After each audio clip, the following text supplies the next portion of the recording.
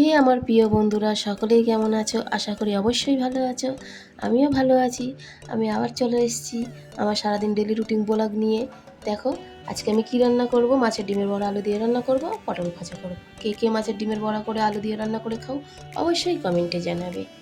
আর এই যে বেসনটা দেখছো কেমন সাদা সাদা লাগছে, এটা কিন্তু বেসন, এটা আটা ময়দা না। ঠিক আছে, লাইটের আলোয় কেমন সাদা সাদা লাগছে। বন্ধুরা, তোমাদের সাথে একটা কথা শেয়ার করার ছিল।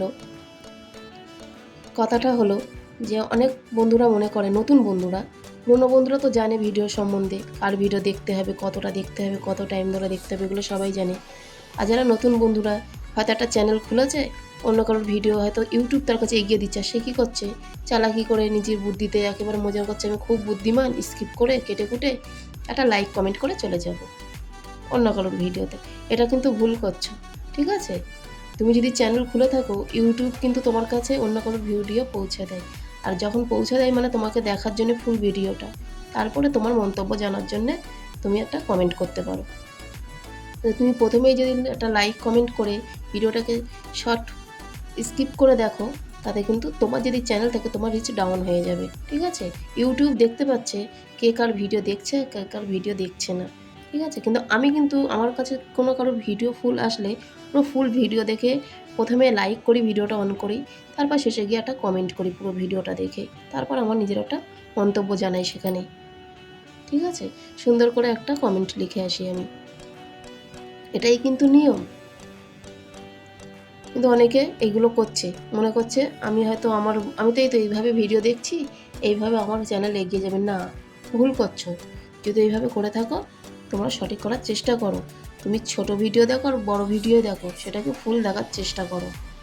এটাই বলার ছিল ভাই, আর কিছু না। কেন আমি এটুকু এই কদিনের এই প্ল্যাটফর্মে এসে দেখেছি, আমার তো বেশি দিন হয়নি এই ইউটিউব জার্নিতে, এসে দেখেছি যে হচ্ছে কি না, আমি প্রত্যেকের ভিডিওটা ফুল দেখি। তার জন্য আমি দেখেছি ইউটিউব আমার কাছে নতুন নতুন ভিডিও পৌঁছে দেয়, অন্য অন্য ব্লগারদের ভিডিও। ঠিক আছে, আমি সেই ভিডিওগুলো যখন দেখি, তখন আমি এইটা ক্যালকুলেশন করে দেখেছি, আমার রিচের ওখানে, যেখানে মানে আমার ওয়াইটি স্টুডিও আছে, ওখানে তো প্রত্যেকের তো এটা আছে, এই অ্যাপসটা খোলায়, ওখানে দেখেছি যে আমার রিচটা ঠিক আছে, ডাউন হয়নি। তার মানে আমি এতটুকু বুঝেছি, আমি কারোর ভিডিও যখন দেখছি, ইউটিউব আমার চ্যানেলটাকে গ্রো করছে, মানে এগিয়ে নিয়ে যাচ্ছে। ঠিক আছে, যে বোঝার সে ঠিক বুঝে গেছো। কেন এই প্ল্যাটফর্মে বোঝার মতন সবই মানুষ, অবুঝ কেউ নেই। তাই ইউটিউবের সাথে চালাকি করে বেকার লাভ নেই। ঠিক আছে, চলো, আমার রান্না তো দেখো হয়েই গেছে।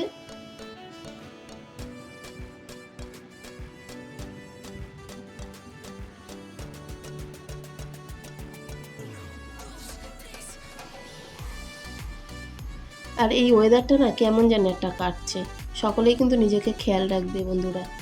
এই ওয়েদারে বাচ্চা বড় বয়স্ক যাই বলো, প্রত্যেকেরই সর্দি কাশি মাথা ব্যথা লেগেই আছে। মাথা ব্যথাটা মাস্ট হয়ে গেছে এখনকার ডেলি রুটিনে, যেন কারোর না কারোর মুখে শুনি মাথা ব্যথা মাথা ব্যথা।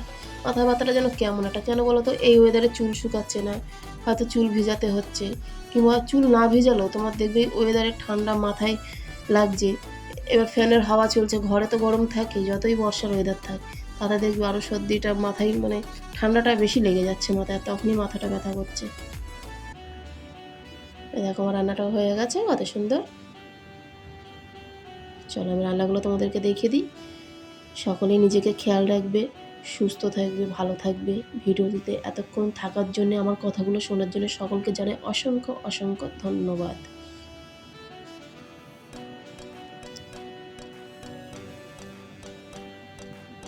আর সবাই আমার পাশে থেকো, আমিও সবার পাশে থাকবো।